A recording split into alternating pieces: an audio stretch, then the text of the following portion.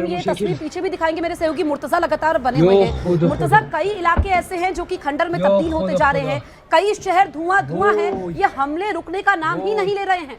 देखिए, ईरान बहुत बड़ा है, इसका जो क्षेत्र है वो इतना बड़ा है कि उसमें 33 या 34 से इजराइल जो है उस समा सकते हैं।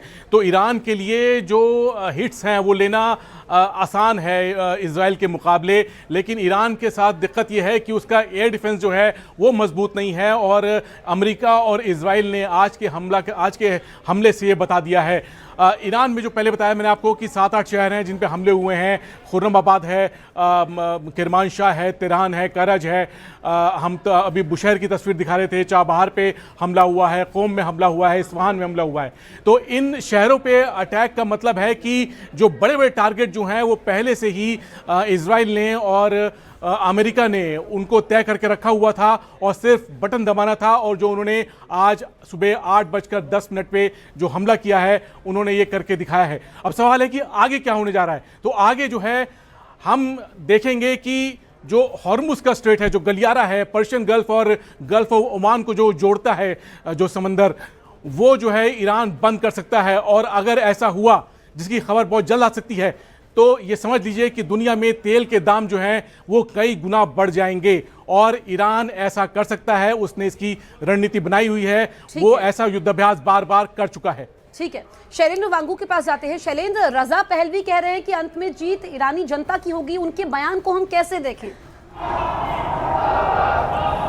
देखिए, रजा पहलवी लगातार इस तरह के बयान पिछले दिनों से देते आ रहे हैं। और जो हालात पिछले दिनों बने थे ईरान में, जिस तरह से प्रोटेस्ट वहाँ पर सड़कों पर लोग उतरे थे, जिसके बाद रजा पहलवी लगातार ये कहते रहे हैं कि लोगों को अपनी आवाज़ बुलंद करने का पूरा मौका मिलना चाहिए। लेकिन एक अहम आपको बात बता दूं जसप्रीत, देखिए इस वक्त सबसे बड़ा जो कंसर्न भारत के लिए है वो वहाँ पर ईरान में रह रहे 10,000 भारतीयों की सुरक्षा का जो मुद्दा है वो सबसे महत्वपूर्ण बात भारत के लिए। हमारे पास जो जानकारी है उसके मुताबिक लगातार भारत सरकार और जो इंडियन मिशन तेहरान में है वो नज़र बनाए हुए है हालात को लेकर। लेकिन फिलहाल अगर हम इवैक्यूएशन की बात करें, क्योंकि वहां पर 10,000 भारतीय हैं, बहुत से छात्र हैं, इस्फहान में भी हैं, कौम में भी है, तेहरान में भी बहुत से भारतीय छात्र पढ़ते हैं, तो उनकी सुरक्षा, उनकी वहां से सुरक्षित निकासी, उनका सुरक्षित इवैक्यूएशन कैसे होगा, ये बड़ा सवाल है। क्योंकि फिलहाल वहां पर एयर स्पेस बंद कर दिया गया है और हमें बताया जा रहा है कि फिलहाल नजर रखी जा रही है किस तरफ सिचुएशन इवॉल्व होती है। लेकिन वहां पर जो रह रहे भारतीय हैं उनके लिए 23 फरवरी को भी एक एडवाइजरी जारी की गई थी, आज एक और एडवाइजरी जारी की गई है ताकि उनकी सुरक्षा को लेकर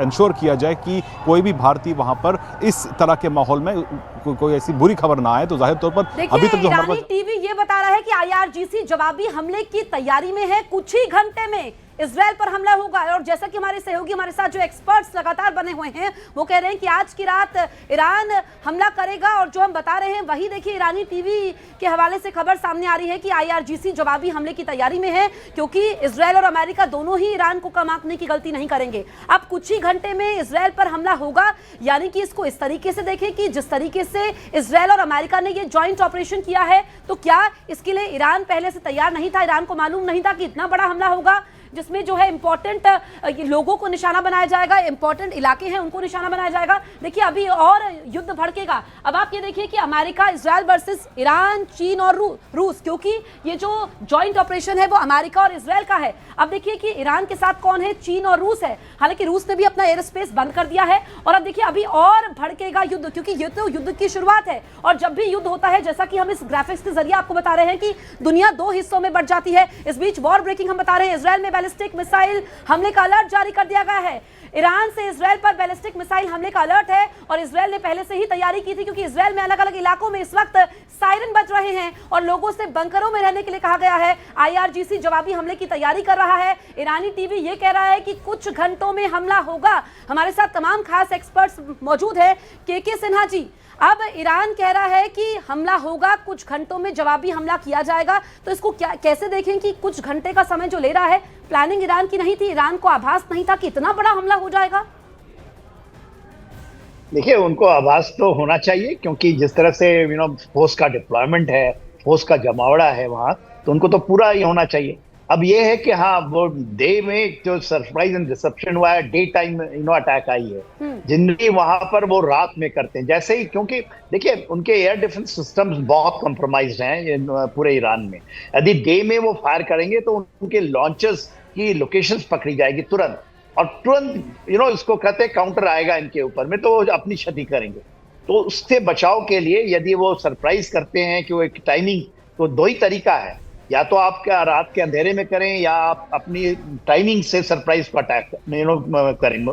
और जैसे ही करेंगे, और क्योंकि इतनी ज्यादा कैपेबिलिटी उन्होंने बना ली है, खास करके यूएसएस जेराल्ड फोर्ड, और वो जस्ट उनके बैकयार्ड में है, इजराइल के बैकयार्ड में, मेडिटेरियन में।